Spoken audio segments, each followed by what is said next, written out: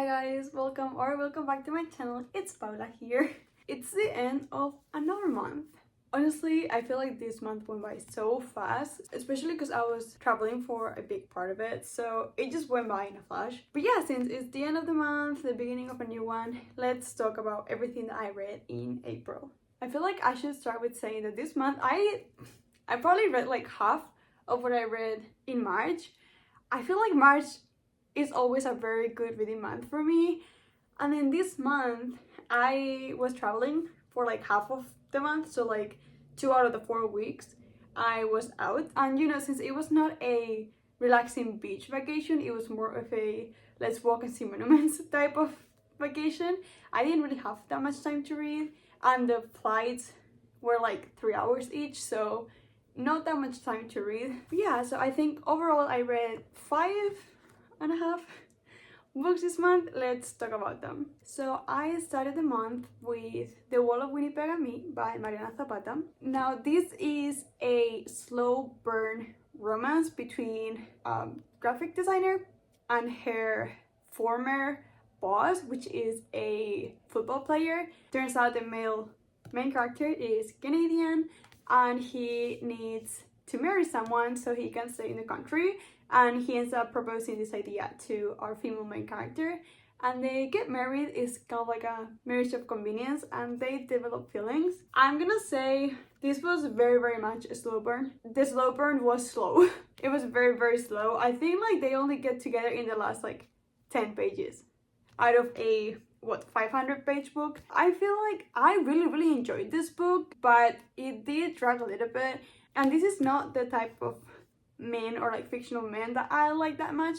He is more of an acts of service person, but in a very quiet way. So like my overthinking person cannot like deal with that type of character, because I overthink everything, and I need someone to spell things out for me. So it was very hard for me to figure out whether this man was actually into her. That part was hard. Like you can see him do small things for her, but it also took me a long time, like probably like the first 30% to even like him as a person. But after that it got very cute. There were scenes that were so swoony. It had me giggling and kicking my feet. It was very cute.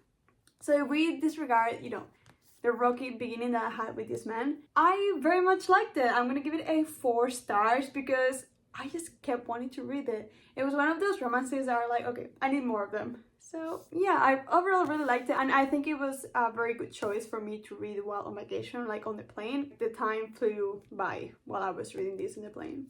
Now in that same trip I started a different book, but we'll talk about it a little bit later. The next book that I read, I believe, was The Three-Body Problem by Cixin Liu. I'm gonna say I really liked the book. Like the book was so fun. It's a very weird like sci-fi book in which there are a couple characters. It's linked with the China Cultural Revolution and with like aliens. I feel like it's better if you go in not exactly knowing what's going on, because it's gonna be confusing anyway, so might as well just go along with it. But yeah, it was very fun. The only thing, like I enjoyed all of the historical context and I really liked the characters. Did not feel any emotional connection to any, but it was still fun to read what they were going through and everything. My issue was, maybe it's just me, honestly it's probably me, my highest level of physics that I have is like senior year of high school. So when they're talking about like very specific physics concepts and like they're trying to explain it in the book, I don't know, I couldn't like understand what they were saying. And quite honestly, I did skim a little bit just like on the physics explanations, because I genuinely did not understand what they were. But if we take away that, the plot was very fun. So I think I did give this book a 3.75, because again, it's not one of my favorite sci-fi books. The concept of like the whole idea of putting historical context and sci-fi like aliens is very cool, and I liked how everything like linked and how so much that happened in the past is like important like right now in the present. That was very fun, especially the element of the game. But I feel like I did not connect to any of the characters, to be honest, and the physics was hard. Like, I don't know, the physics is a little bit hard, and I feel like a big part of this book was understanding the physics. So definitely a problem with me and not the book, but as I always said, these ratings are personal to me, and that's what I feel like. So I'm gonna settle with the 3.75. I do want to read the second one because I've heard that it's way better, so we'll see. Now, after that book, I read Where Sleeping Girls Lie by Farida Abike. This book is about a girl, Shade. She is the only one left in her family. Basically, her father passed away very recently and she moves to a boarding school, and in there just a lot of chaos ensues. Basically, her roommate the first night disappears. No one knows where she went or if she even went willingly. And then at some point, a student turns out dead. So it's like a mystery type thriller. I really enjoyed it. I felt like while I did know some of the stuff that was going on, I did not know where it was gonna end. Like, generally, I did not know where Farida Abike was gonna take this at all. And it was very fun to like read along. I do have to say, check trigger warnings. There's a lot of things happening in this book, or things that have happened, which is like our characters like traumatic past. So yeah, definitely read them. This book made me so angry. It generally, I feel like, is a very realistic portrayal of how victims never get the justice that they deserve. So in that aspect, it was very realistic, which obviously made me very angry. Also, I feel like this is a YA. And usually with YA books, I don't feel like they go into so much of like such realistic and deep and anger some stories or plot lines. And I feel like this is a very good book for especially women and obviously men too. It's important for them to read stories like this, to read while they are still young, when they're in high school. Because if a teenager is able to experience, unfortunately, things that happen in this book, other teenagers are able to understand and try to sympathize with them. I feel like this is a very important book for especially young people to read. And I really liked it. There was a little subplot of romance, which was very cute. I think I ended up giving this book a 4, and I didn't give it a 5 just because, you know, the pacing was a little whack at times. Some of the parts of the storyline were just not necessarily unnecessary, but like, why were they there, or why did it turn out like that? Like, who the murderer is, because obviously one student turns out dead. Okay, sure. So yeah, I think that's why I didn't give it a higher than a 4, but I still really liked it and I recommend it very much. So after Where Sleeping Girls Lie, I wanted something fluffy and cute because that was a very hard, emotional, very angry experience. So I picked up Why Love by Elsie Silver. I read the Chestnut Spring series last year and I loved it so much. They are the perfect, funny, fluffy palate cleanser, I guess, because I feel like I tend to read those books when I need a break of like other books. So like I read very heavy, very emotional books when I just want something nice. So yeah, I really like this series, and she came out with Wild Love, which is kind of related to Chestnut Spring series. In this book, Ford Grant, which is the brother of Willa from the second book in the Chestnut Spring series, he is trying to open a studio in a, not remote, but like in the countryside more or less. And one day a child, like a 12-year-old girl, appears and tells him that she is his daughter. So obviously there's a little bit of like that family element in there, and he's like childhood frenemy, because like they were friends, but they were also like, you know, a little bit of enemies. They would like talk crap to each other, but he was always in love with her. She came back to their hometown and they meet again and they start working together. So it's kind of that storyline with the daughter, and I think that was very cute. I love the main couple in this book. I love them so much. Like, they were so cute, and I really related to Rosalie, which is the female main character, especially with her whole journey of figuring out who she is and what she wants out of life, and how being back in her hometown just bring so many memories and just happy moments.